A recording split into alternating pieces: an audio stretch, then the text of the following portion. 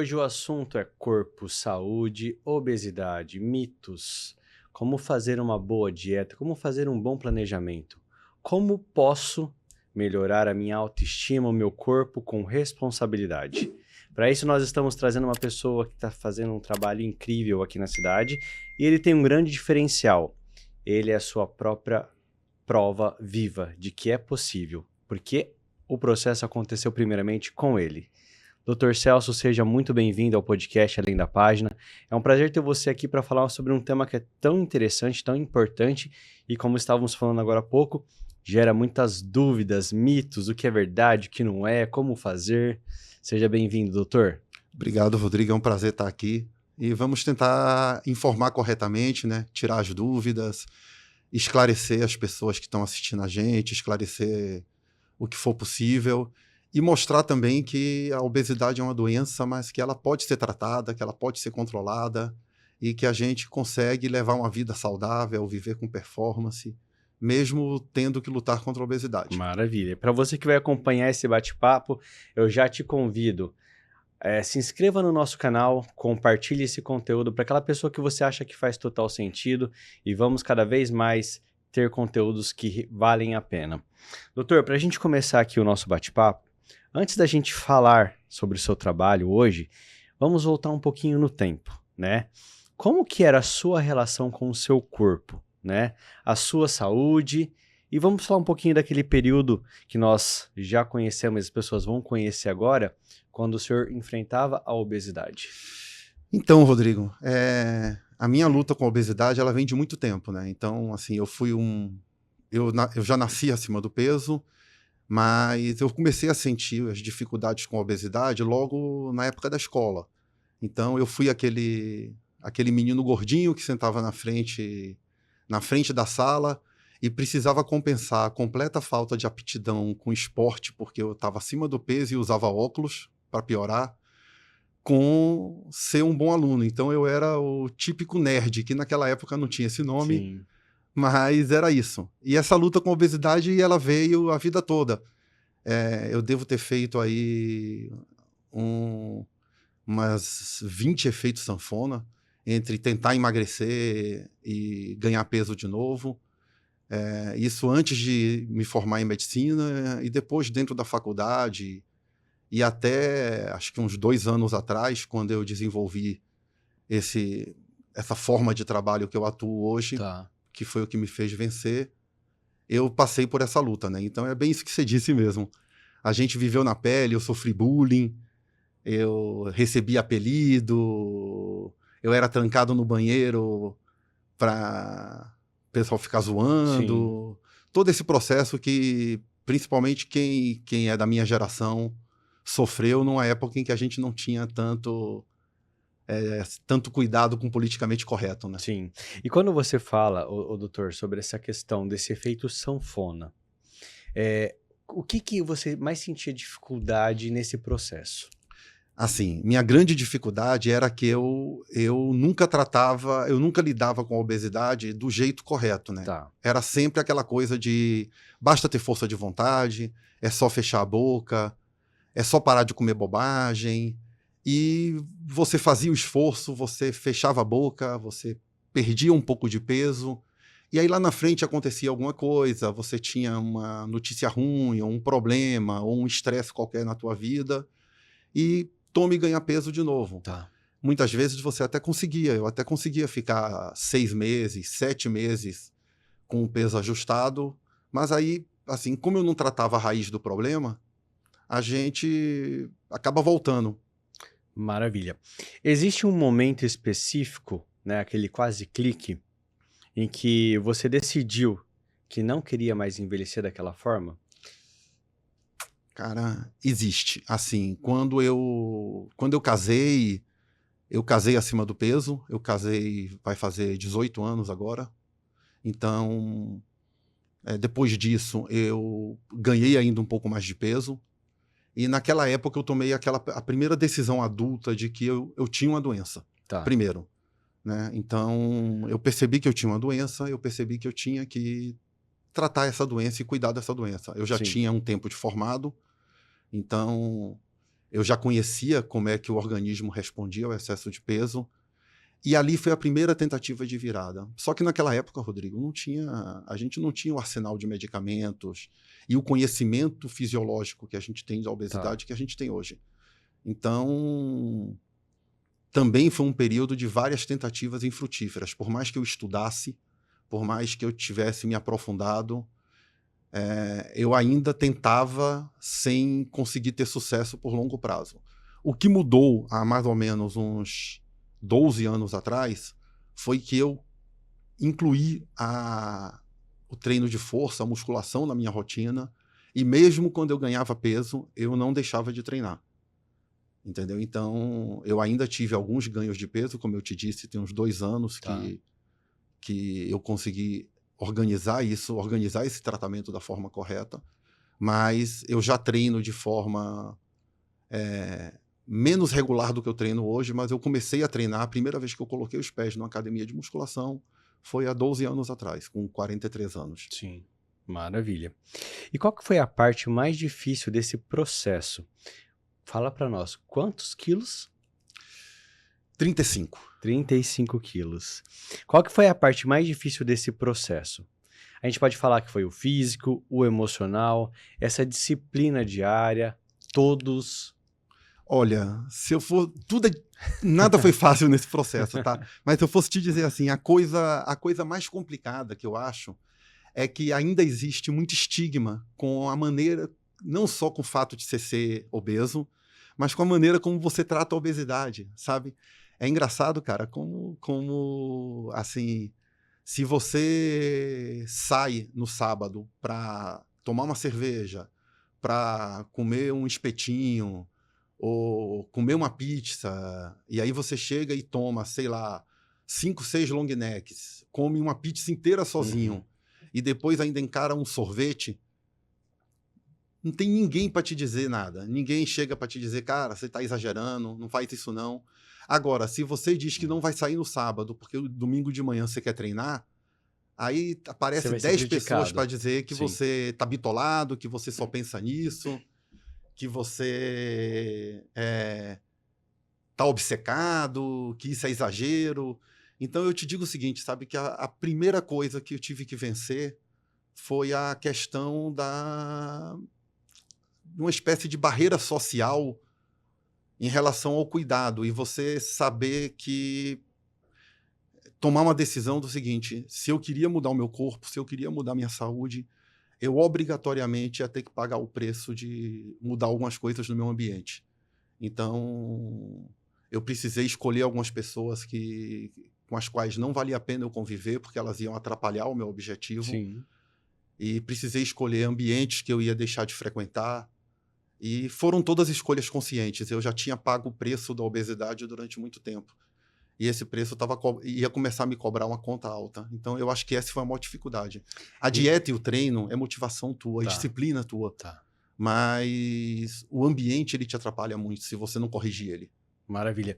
E você tocou num ponto que eu acho que é extremamente importante, porque quando nós falamos sobre uma mudança de hábito que vai refletir na sua vida de uma forma geral, infelizmente não tem como a gente mudar apenas um pilarzinho ali. Então vão ser vários pilares que você vai precisar olhar para realmente você atingir o objetivo que você busca, né? É verdade. E assim, hoje eu sou muito convicto em dizer o seguinte: se você não estiver disposto a mudar o teu ambiente, além de ajustar a tua dieta, além de incluir o treino, fazer o tratamento medicamentoso necessário, se você não estiver disposto a mudar o teu ambiente, vai ser muito mais difícil para você tratar a tua obesidade. Tá, maravilha. Doutor, um dos pontos que a gente mais ouve são as pessoas falando: cheguei nos 40, agora o metabolismo não funciona direito, não consigo emagrecer. Falando um pouquinho sobre isso, por que que o emagrecimento depois dos 40 anos parece ser mais difícil para tantas pessoas? O que que realmente acontece, doutor, nesse metabolismo ao longo dos anos? O que acontece é o seguinte, vamos pensar no paciente obeso, Tá, tá? Esse paciente obeso, ele vem acumulando gordura já há algum tempo. Ele não ficou obeso aos 40, ele tá. chegou aos 40 obeso. A obesidade é uma doença inflamatória e ela é uma doença também, hoje a gente sabe disso, neurohormonal. Isso quer dizer o quê? Que a gordura, ela não é só gordura. A gordura é um tecido inflamatório. Ela produz substâncias que fazem com que você permaneça obeso. A gente diz muito em nutrologia o seguinte: você, na verdade, não é obeso porque come muito. Você come muito porque você é obeso. Então, a obesidade, ela altera o teu apetite porque ela altera hormônios que são hormônios que mexem com a tua saciedade. Então, o paciente obeso, ele não tem falta de vergonha na cara. Ele simplesmente ele tem um mecanismo neurológico que faz com que os sistemas de saciedade, que é aquele sistema que faz você parar de ter fome quando você come uma determinada quantidade de comida, eles estão alterados. Sim. Eles estão meio como se fosse com mau contato, digamos assim. Então, o que é que acontece? Quando você vai envelhecendo, você tem uma lentificação que ela é crônica desse metabolismo. Esse metabolismo vai ficando realmente mais lento. Você começa a ter decréscimos hormonais que são próprios da idade. Sim. E que a obesidade, ela acelera estes decréscimos. Então, os seus hormônios, eles vão cair com a idade naturalmente. No paciente obeso, eles caem muito mais rápido. Sim. E isso faz com que o emagrecimento após os 40 ele seja realmente muito mais difícil.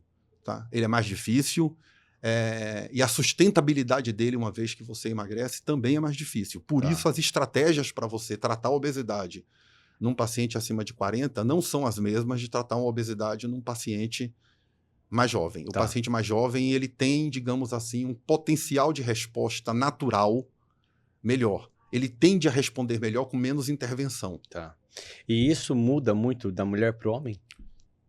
Muda. Muda porque a mulher, ela, além de todo esse processo que é comum ao homem, a mulher tem um processo de transição menopausal, que é aquele processo que a gente chama de climatério, que é quando ela começa a ter uma diminuição de alguns hormônios, que são os estrogênios, Sim.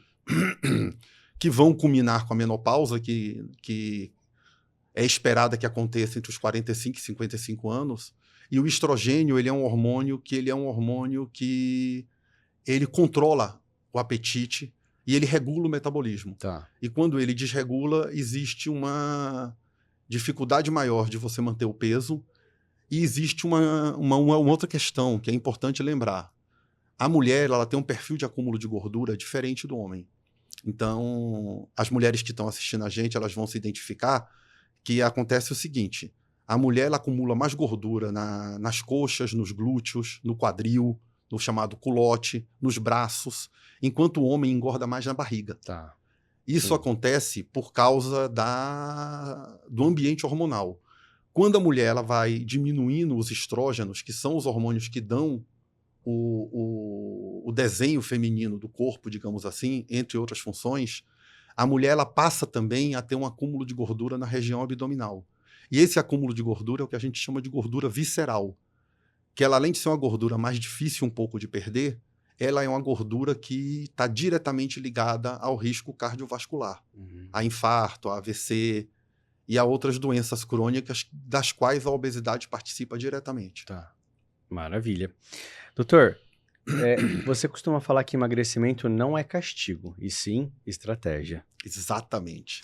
O que isso de fato significa na prática? Significa, sim, que quando a gente coloca o paciente num protocolo de emagrecimento, ele precisa entender aquilo não como uma punição, porque na cabeça do obeso existe muitas vezes o fato de dizer o seguinte: o doutor falou que eu não posso comer isso, aquilo outro, e isso, na verdade, eu estou pagando o pecado de ter comido errado a vida inteira.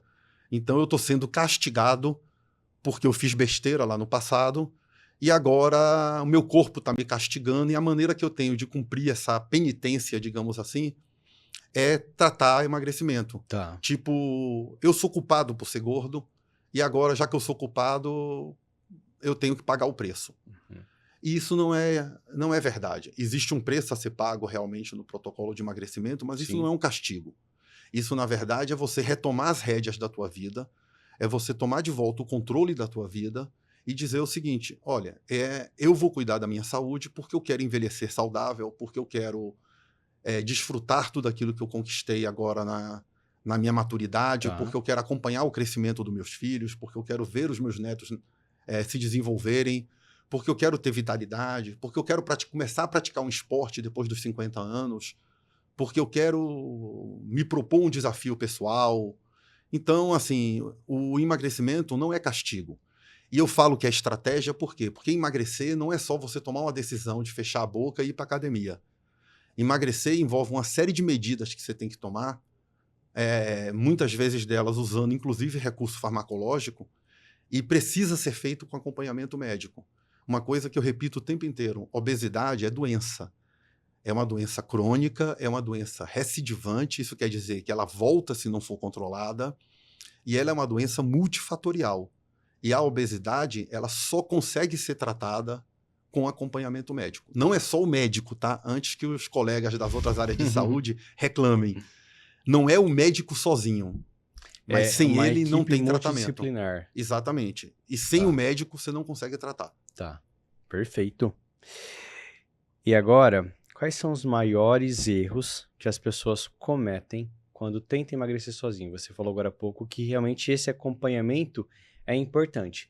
Só que hoje nós também vivemos numa era digital, né? Sim. Então, onde assim, eu vou no O chat... doutor Google, né? E agora tem o Dr. Chat O também, doutor né? Chat GPT. Então assim, eu vou lá no chat, eu vou falar para ele fazer uma receita para mim.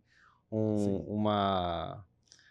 Seguindo um plano alimentar. Então assim, é muito complicado, porque assim, muita gente tem muito acesso fácil a esse tipo de informação, mas isso traz grandes erros, né? Então, qual que são os maiores erros que hoje você pode...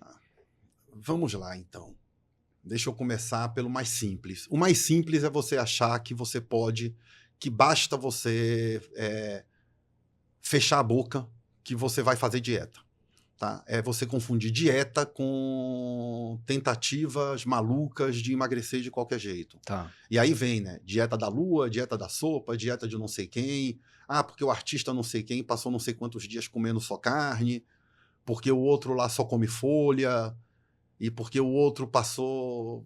Sei lá, cara, tem as coisas mais malucas que eu já vi aparecem. Uhum. E assim, déficit calórico é fundamental para emagrecer. Tá. Tá? Mas dieta é uma coisa que ela tem que ser orientada por um médico ou prescrita por um nutricionista. Sim. E ela tem que ser individualizada. A dieta que funciona para mim, ela não funciona para você. Sim. A que funciona para você não funciona para o teu personal, e ela não funciona para o teu amigo que você vai sair para tomar um refrigerante zero hoje. Então, assim, esse é o maior erro. Talvez o primeiro erro que as pessoas cometam seja o seguinte: basta eu arrumar aqui minha alimentação por conta própria, ou pegar uma dica da internet que eu vou conseguir. A gente precisa ter na cabeça o seguinte: dieta é aquilo que você come. E outra coisa que eu sempre falo é o seguinte: todo mundo faz dieta, porque todo mundo come. Existem dietas boas e dietas ruins, mas Sim. todo mundo está em algum tipo de dieta. Você precisa ter a garantia de que a sua dieta ela está adequada para as suas necessidades e para os seus objetivos. Tá? Esse é o primeiro erro. Um segundo erro grave é você aproveitar essa onda das canetas emagrecedoras e sair usando sem nenhum tipo de controle. Existem alguns enganos nesse processo, tá, Rodrigo? O primeiro engano é achar que a caneta emagrecedora sozinha resolve o problema. As canetas emagrecedoras foram, na minha opinião, o maior... Como é que eu vou dizer assim? O maior avanço da medicina, talvez depois da penicilina, lá no final da Segunda Guerra. Tá. Elas são medicações muito poderosas que alcançam resultados nunca antes vistos, mas elas não resolvem o problema sozinho. Você precisa ter uma estratégia toda na qual elas fazem parte para você garantir que aquele peso seja perdido com saúde e para que aquele peso seja perdido de forma sustentável. E agora, com essa mania que até salão de beleza vende medicação, caneta vinda do Paraguai, a gente tem uma série de pessoas usando medicações que são adquiridas de forma ilegal, Sim. que você não sabe o que tem dentro, que você não sabe como elas foram transportadas, como elas foram acondicionadas, e achando que só essas canetas vão resolver o problema. E aí nós temos aí já estudos mostrando que quando você suspende o uso dessas canetas, mais de 50% do peso é ganho de volta. Até fazendo um parêntese sobre isso, doutor, me corrija se eu estiver errado, mas eu acredito que a grande porcentagem do público que utiliza hoje essas canetas são mulheres. Tem algum dado que traz um pouco isso? Na verdade, não, tá? Na verdade, você tem... A obesidade hoje, ela atinge homens e mulheres de forma muito parecida. Tá. Então, a gente tem um país em que tem um pequeno percentual de mulheres a mais. Sim. E as mulheres, elas vivem mais. Tá. Então, existe... Eu diria... Eu não tenho dado de cabeça aqui, mas eu diria que a obesidade hoje, por gênero, ela estaria na casa de 55, 45 mulheres. Então, perfeito. existe uma maioria, mas não é uma coisa não é tão gritante. Tá. Hoje nós vivemos uma vida muito corrida, cheio de informações, o tempo cada vez parece mais curto, e o que me parece é que muitas vezes nós temos um público que quer colocar a caneta só como algo para ajudar, mas a pessoa não quer pensar em mudar hábitos da sua vida, do seu dia a dia, ela quer continuar com com os mesmos hábitos, né, daquela vida corrida, e pronto, tô colocando a caneta aqui que isso vai resolver o problema. E não é, porque ela precisa realmente fazer toda uma reestruturação na vida dela. Exatamente. A caneta, como é que a caneta atua? Vamos falar da tirzepatida, que é o Mounjaro, que é a mais famosa, né, que tá no hype agora. Ela atua em duas frentes. Ela tem uma frente que ela atua direto no sistema digestivo nosso, Sim. aonde ela faz com que você digira o alimento mais lento. E isso melhora a sinalização de saciedade para o cérebro. Certo. Tá? Via de regra, todo obeso come rápido. É por comer rápido que ele come mais. Isso é uma característica do paciente obeso. Tá? E a medicação, ela atua forçando você a comer mais devagar, porque o teu estômago ele passa a esvaziar mais lento. Esse é um dos efeitos, mas o efeito principal não é esse. O efeito principal acontece no cérebro, aonde ela regula tanto a sinalização de saciedade, aquela que eu te falei no começo que está prejudicada no obeso, a medicação ela regula aquela sinalização, quanto ela regula também a resposta do organismo ao que a gente chama de sistema dopaminérgico, que é o quê? Que é o comer por recompensa ou comer por punição. Tá. É aquela história. Quantos de nós já não parou e pensou o seguinte: puxa, eu fechei um grande negócio hoje, então eu vou me premiar com um belo prato de comida. Hoje eu mereço. Hoje eu mereço. ou então, da mesma forma, com situações ruins. Eu tive muito estresse hoje, o dia foi péssimo no trabalho, nada deu certo. Então eu mereço, digamos assim, uma compensação. Sim. Esse sistema, ele é regulado no sistema nervoso central pela dopamina. E você pode ter certeza, tá? Você nunca vai se recompensar com um prato de brócolis com peito de frango. Nem você vai comemorar uma baita vitória comendo um prato de salada sem molho. Né? Você vai se recompensar com o que a gente chama de alimentos hiperpalatáveis. Sim. Que são alimentos ricos em gordura e ricos em açúcar, que ativam essas áreas no cérebro. E a medicação, ela desliga esse sistema.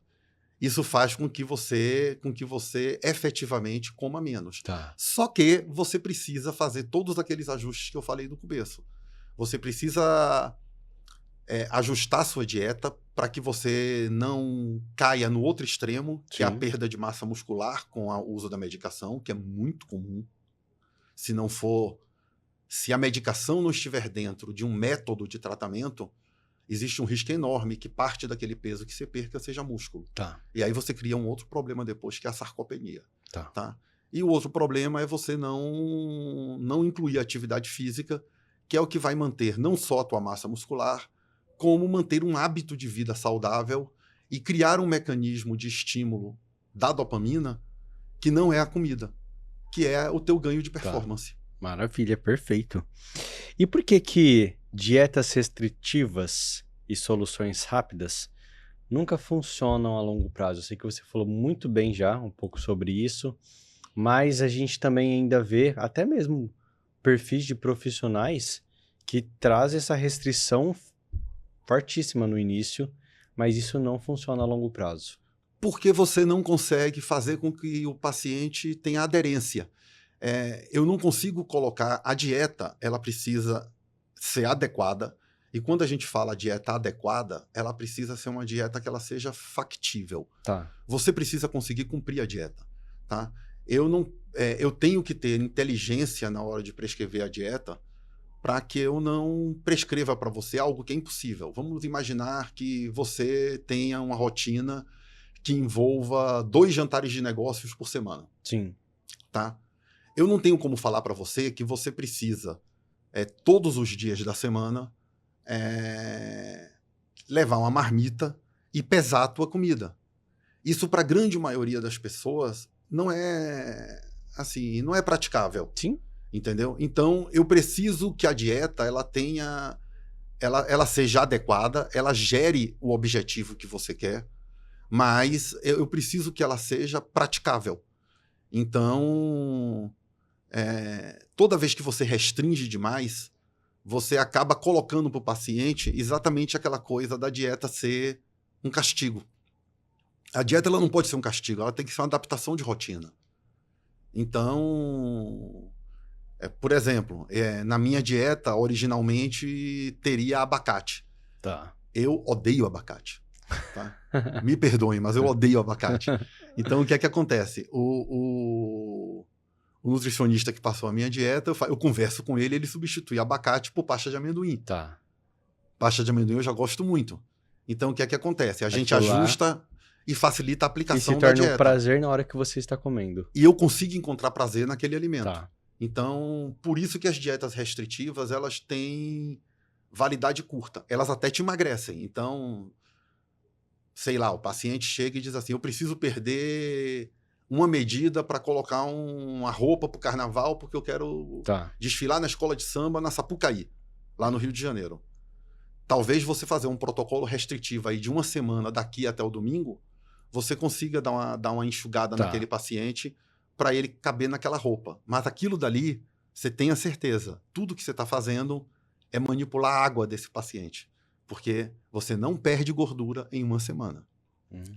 Tá? As pessoas- Nem ganha. Então as pessoas se enganam. Não, elas se enganam. Você não perde gordura em uma semana e você também não ganha gordura em uma semana.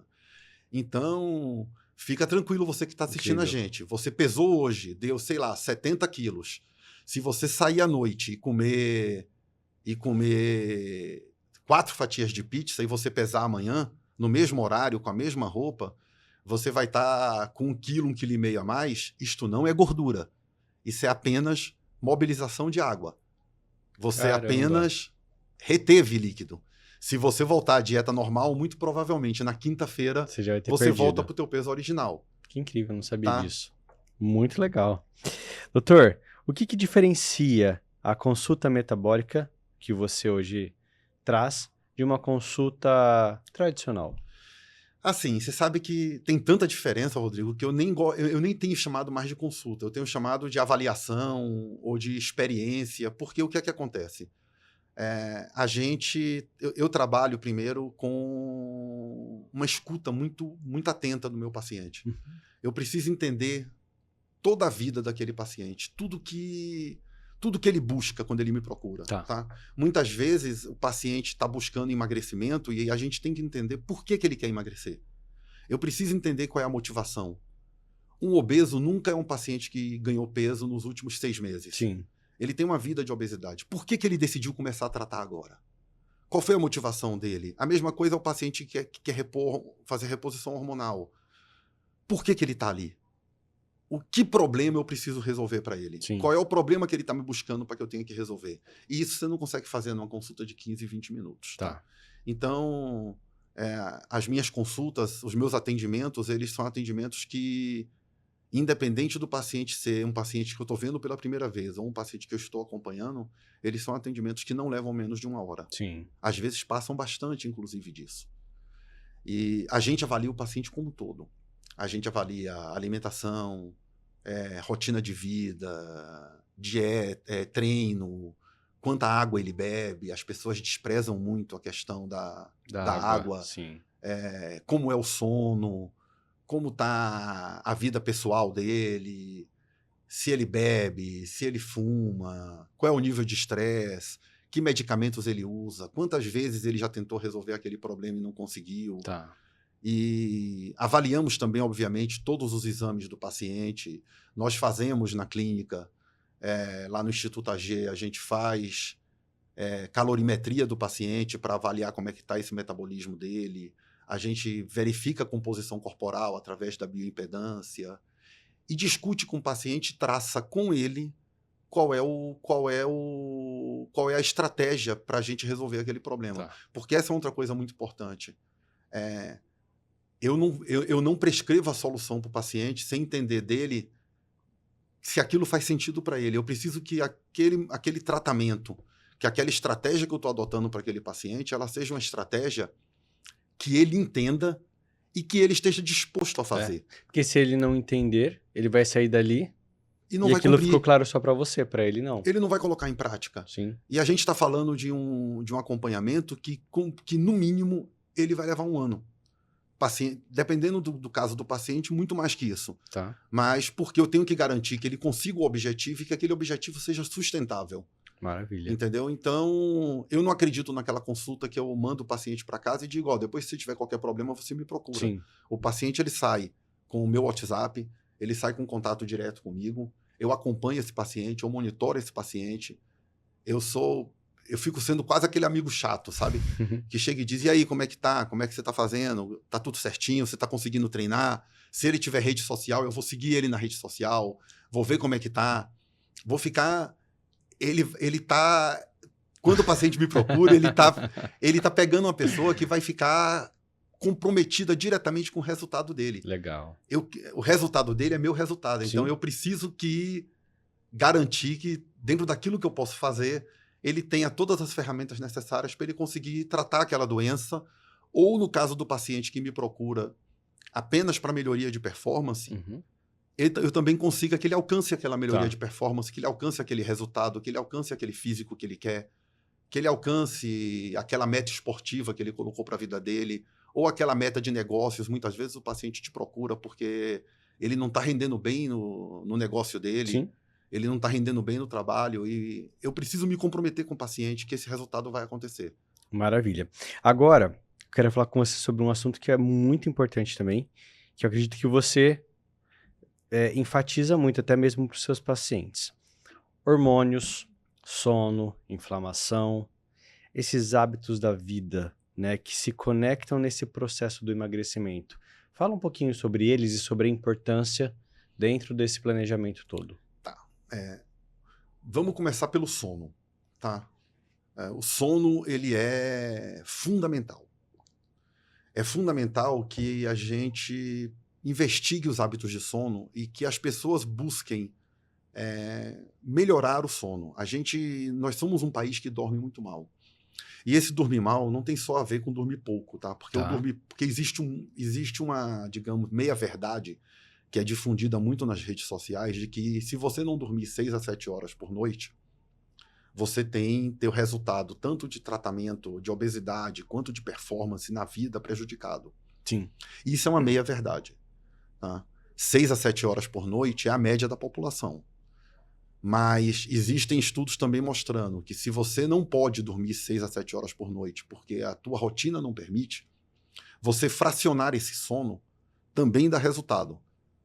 E ainda existem pessoas que são o que a gente chama de short sleepers, que são os dormidores curtos, que são pessoas que dormem menos porque elas têm uma mutação genética e elas dormem menos tempo que isso. É o meu caso, por exemplo, eu durmo 4 a 5 horas por noite. Tá? E não tenho qualquer prejuízo, nem cognitivo, nem nunca atrapalhou o emagrecimento, muito menos no meu rendimento de performance pessoal.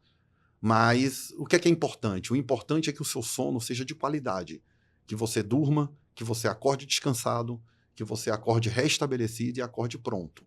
Se isso não está acontecendo, o tratamento do sono ele precisa fazer parte do tratamento para emagrecimento e performance. No caso dos hormônios, é o seguinte, como eu disse no começo, a obesidade ela é neurohormonal. Tá? A gente precisa obrigatoriamente avaliar hormônio quando trata um paciente com obesidade. O paciente que vem para reposição hormonal, ele já vem com isso na cabeça dele, isso é óbvio. Então, esse paciente a gente vai avaliar, se ele tiver hormônios em deficiência, a gente tem a obrigação como médico de repor. Mas o paciente com obesidade, muitas vezes isso é esquecido. Você trata o paciente, você passa a dieta, você passa treino, você passa a medicação, e você não vê como é que estão os hormônios desse paciente. E se ele não tiver um ambiente hormonal adequado, ele não vai ter disposição para treinar, ele vai ter dificuldade em mobilizar gordura para queimar gordura, mesmo que ele tenha déficit calórico, aí o organismo vai usar a massa muscular como combustível. E, como eu te disse no começo, a obesidade ela interfere na produção de hormônios, e os hormônios, se eles estiverem deficientes, eles perpetuam a obesidade. Então é o típico círculo vicioso. A obesidade reduz o hormônio reduzido acumula gordura. Sim. Então, eu chegaria a dizer que é irresponsável você abordar um paciente que chega para você precisando perder peso, sem verificar como é que está o ambiente hormonal dele. E uma vez que esse ambiente hormonal esteja desregulado, você também não deve esperar perder peso para tratar. Você tem que tratar as duas coisas juntas. Você trata a obesidade tratando também o ambiente hormonal. Porque o ambiente hormonal vai ajudar de forma positiva. Ele vai ajudar de forma positiva e vai parar de atrapalhar. Ele faz as duas coisas. Entendi. Entendeu? E aí a gente vai para um outro ponto que a gente fala nessa questão da longevidade, né? Que não é só sobre viver mais, mas viver melhor. O que significa esse envelhecer com vitalidade? Veja só, a gente está hoje, né, as últimas pesquisas mostram que a média de idade do brasileiro ela está na casa dos 76 anos. Certo? Isso tem um impacto gigante. Se você pegar indicadores de 20 anos atrás, essa média era de 65, 64 anos. Nós temos, então, uma população que vive mais. Isso significa que é uma população que precisa estar produtiva. E aí, quando eu falo produtivo, eu não estou nem olhando para o problema previdenciário, que é gigante. Eu estou olhando para o seguinte, a pessoa, digamos que ela tem um trabalho formal, ela se aposente na casa dos 55, ela tem mais 20 anos de vida ainda. Esses 20 anos de vida dela precisam ser produtivos.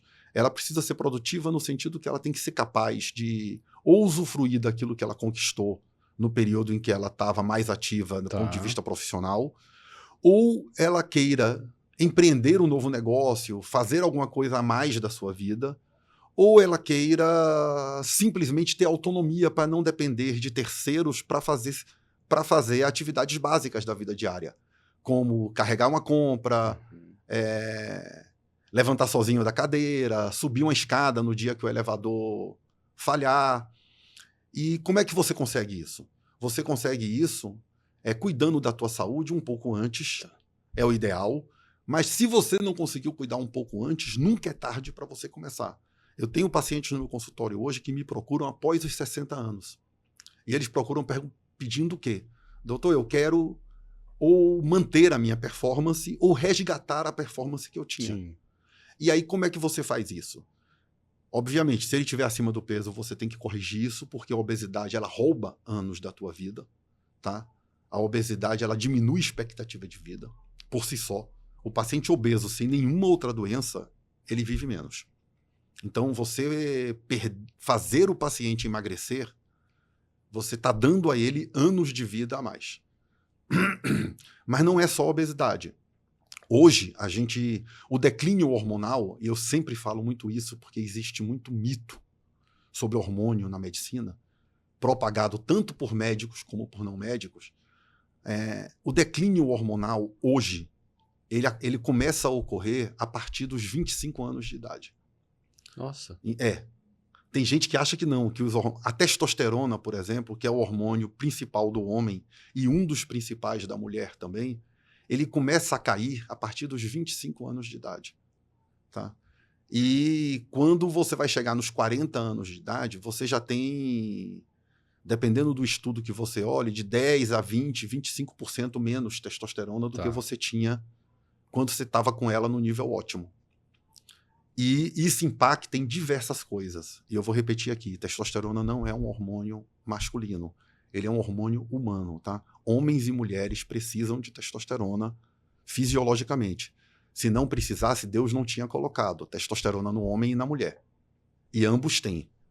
Então, o que é que isso reflete? Falando especificamente da testosterona, que é o que tem mais comentário e mais mito saindo Sim, nas redes sim. sociais. Isso interfere, a pessoa acha que a testosterona é só libido. Não, não é. Isso não é verdade. Testosterona envolve disposição, envolve memória, capacidade de aprendizado, capacidade de tomar decisões rápidas, envolve ganho de massa muscular, envolve perda de gordura, envolve energia, envolve humor e envolve sono, tanto em homens quanto em mulheres. Então, é fundamental que a gente, quando vai falar em longevidade, a gente estude o ambiente hormonal. É só testosterona? Não. Não é só testosterona. Você tem que avaliar hormônios tireoidianos, você tem que avaliar insulina, você tem que avaliar, no caso das mulheres, o estradiol. Tá. Mas, assim, o importante é que a gente entenda o seguinte: a gente precisa olhar para o paciente e pensar como eu consigo fazer essa pessoa aproveitar mais a expectativa de vida dela. Tudo que a gente não quer é chegar com a expectativa de vida mais alta, institucionalizado, ou precisando de apoio para realizar atividades básicas, ou precisando que tem alguém cuidando da gente 24 horas por dia. Então, quando a gente fala em longevidade saudável, em envelhecer com performance, é isso. A ideia é que, enquanto você tiver vida, você tem a vida ativa, você tem a vida plena, no máximo potencial que você é capaz de ter. Essa é a função do médico, na minha opinião. Maravilha, perfeito. E aí, eu trago outra pergunta que é: qual que é essa relação entre saúde celular e a qualidade de vida no dia a dia? É toda. Quando a gente fala em saúde celular, a gente está falando muito em saúde metabólica e Tá. saúde mitocondrial, tá? Então, o que é que isso quer dizer? Isso significa o seguinte, que você precisa que todas as tuas células, todas as células do teu organismo, elas estejam operando no seu máximo potencial. Tá. Você precisa garantir que o teu paciente ele tenha toda a produção de energia que ele necessita para viver saudável. Sim. Como é que a gente faz isso? A gente faz isso fazendo várias das coisas que a gente já falou aqui, tratando a parte hormonal, tratando a perda de peso, incluindo atividade física, incluindo uma dieta equilibrada, bom sono, muita água. Mais uma vez, a água é muito importante. Bebam água, bebam água, bebam água, bebam água. Muita. Tá? Muita água. E também hoje a gente tem uma série de suplementos e vitaminas que a gente consegue passar para o paciente ou aplicar no paciente, dependendo do caso, que elas restabelecem a saúde celular e fazem o rejuvenescimento das células. Tá. Rejuvenescer as células significa fazer com que elas voltem a funcionar sem os efeitos do envelhecimento. Sim. Tá? Esse é o segredo. E hoje a medicina permite que, através da mudança de hábitos de vida e a associação de protocolos de suplementações específicas, seja de vitaminas, seja de o que a gente chama de oligoelementos, que são microelementos que atuam dentro da célula, a gente consiga que o paciente viva melhor. Tá. Nós temos aqui algumas perguntas extras, Ok. que são pessoas assim que pediram pra gente perguntar, Perfeito. né? Tem muitos daqui que o senhor já respondeu brilhantemente, mas fique à vontade para trazer algum complemento. A primeira é: existe algum mito sobre emagrecimento que você escuta todos os dias no seu consultório? Olha, eu vou te dizer o seguinte, o maior mito que ainda persiste é que obesidade é falta de responsabilidade, falta de vergonha na cara. Tá? Essa semana, inclusive, um grande influenciador, um empresário aí com grande visibilidade, fez um post bem polêmico colocando isso, dizendo que ele não respeita obesos porque, para ele, todo obeso é responsável pela sua obesidade. Esse talvez seja, infelizmente, o maior mito. Tá. Você que é obeso, a obesidade não é sua culpa. A obesidade é uma doença. E como doença, ela precisa ser tratada. Sim. Eu acho que esse é o grande recado. E é tratada como hipertensão é tratada. Você não olha para o hipertenso e diz, você é hipertenso por falta de vergonha na cara, por sua culpa. Sim. Você não olha para o diabético e diz, você é diabético porque você não consegue parar de comer doce. Sim. Não é assim. A obesidade é doença, a obesidade precisa de tratamento, e tratamento multidisciplinar, sempre coordenado por um médico. Maravilha. Tá? Só completando isso, que é uma coisa importante, em relação a essa questão da responsabilidade sobre a obesidade. Celso, o paciente não tem responsabilidade nenhuma? Tem. A responsabilidade do paciente é reconhecer a doença e procurar tratamento. Perfeito. Agora, a outra que eu acho que é muito, né, acho que a grande, o que pega para muita gente, dá para emagrecer sem deixar de viver socialmente? Dá, claro. Pelo amor de Deus, né? Assim, se não desse, ia ser terrível. Mas dá sim. Dá para você emagrecer sem abrir mão da tua vida social. Qual que é o maior erro alimentar depois dos 40? Tem algo assim que as pessoas depois dos 40 não deveriam comer ou prestar mais atenção? Olha, eu vou te dizer depois dos 40, mas acho que dá para estender para todo mundo. Tá. O maior erro alimentar hoje, na minha opinião, são os ultraprocessados. Certo. Então, se eu puder te dar uma dica hoje, você puder sair daqui hoje com uma mudança alimentar, vai na tua despensa, olha na tua despensa tudo aquilo que é ultraprocessado. O que é ultraprocessado? Vamos dar exemplo. Biscoito recheado, batata frita de saquinho, salgadinho de saquinho,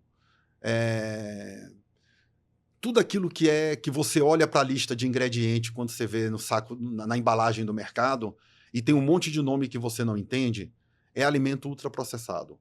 Se você conseguir tirar da tua vida isso, você já vai estar dando um passo enorme para melhorar a tua saúde. Então, eu acho que o maior erro alimentar que a gente tem hoje ainda é a gente desembalar mais do que descasca. Tá, perfeito. Agora, suplementação. Vamos falar dessa classe que hoje é tão importante, mas também muita gente acha que é modismo. É realmente um modismo? Quando nós falamos de suplementação, estamos falando talvez de um whey protein, creatina, a glutamina. É realmente essencial para quem quer ter uma qualidade de vida e ajudar isso em algum processo? Uma ótima pergunta essa, tá? Então, assim, suplemento é um grupo muito grande, tá? Então, o que é que a gente tem de ciência no processo? Creatina. Tá. Creatina é algo que, na minha opinião médica, todo mundo devia usar. Treinando ou não treinando, querendo ou não emagrecer. Então, se você procura o teu médico, procura a tua nutricionista para ele calcular a dose exata, mas existem benefícios reais da creatina, não só na questão da disposição para treino, mas também na questão de efeitos neuroprotetores em relação à saúde cerebral. Então, creatina é um suplemento que eu não tiro lá de casa nunca. Lá em casa tem, eu tomo todo dia e eu oriento todos os meus pacientes a tomarem. O whey protein, ele é um suplemento de proteína. O whey protein, ele só substitui a proteína de uma forma mais cômoda. Então, é um suplemento que eu uso com frequência, é um suplemento validado, reconhecido, tá? Ele funciona. Para você saber se é para o seu caso ou não, aí a gente precisa avaliar. Mas se você tem dificuldade, se você está em processo de emagrecimento e tem dificuldade de bater sua meta de proteína, um bom whey protein te ajuda, principalmente se você está usando os análogos do GLP-1, Ozempic, o Wegovy ou o Mounjaro, que eles vão diminuir muito o teu apetite e você vai ter dificuldade de comer volumes maiores de comida. Então, o whey ele te entrega uma proteína de boa qualidade de um volume pequeno. Certo. E ele pode ser realmente um excelente aliado. Glutamina está indicada em algumas situações, principalmente em situações relacionadas a quadros intestinais, a pacientes com disbiose intestinal. Então, a glutamina tem as suas indicações, não é para todo mundo. Os outros suplementos, aí você tem uma biblioteca de suplementos. Aí precisa realmente que a gente avalie caso a caso. Mas se você me perguntar, Celso, o que é que não pode faltar na dispensa? O que é que não falta na tua dispensa? Na minha dispensa não falta creatina e whey. Maravilha, perfeito.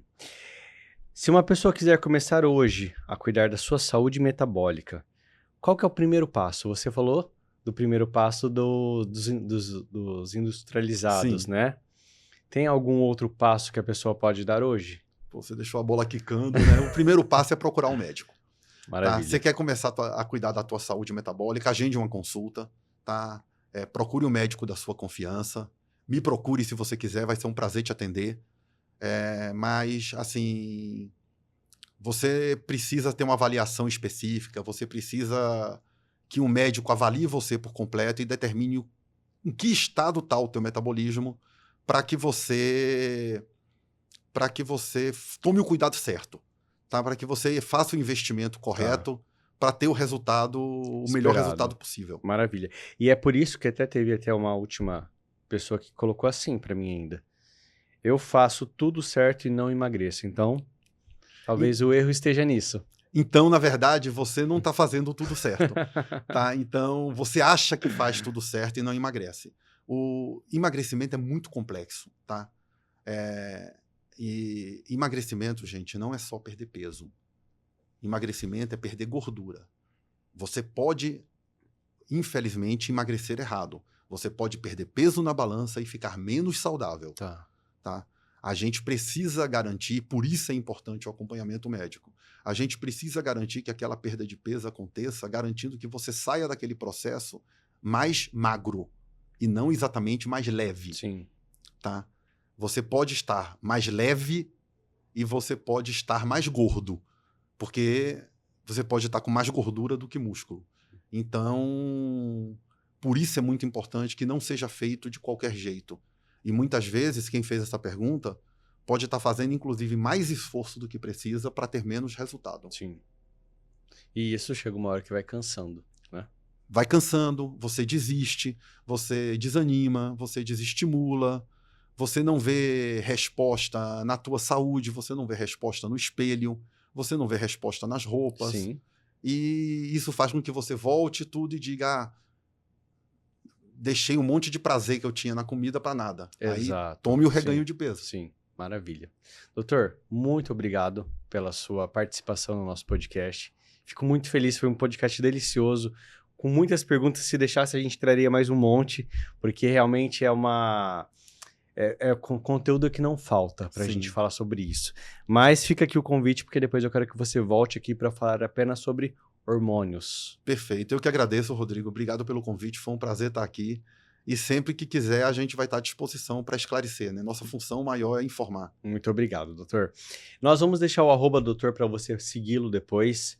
Entre no Instagram dele. É uma pessoa que está sempre trazendo conteúdo e mostrando também a rotina dele, que eu acho que é importante, né? Isso. Você faz o que você fala, Isso. né? Traz essa prova social. E não se esqueça de se inscrever no nosso canal e compartilhar esse conteúdo com aquela pessoa que você acha que faz total sentido. Vamos começar um ano novo com transformações, tomando a consciência e buscando ser a nossa melhor versão. Vamos ficando por aqui. Agradeço sempre a atenção e a presença de todos. E nós voltamos em breve com mais histórias que merecem ser contadas, porque hoje nós estamos também além da página. Muito obrigado e até a próxima.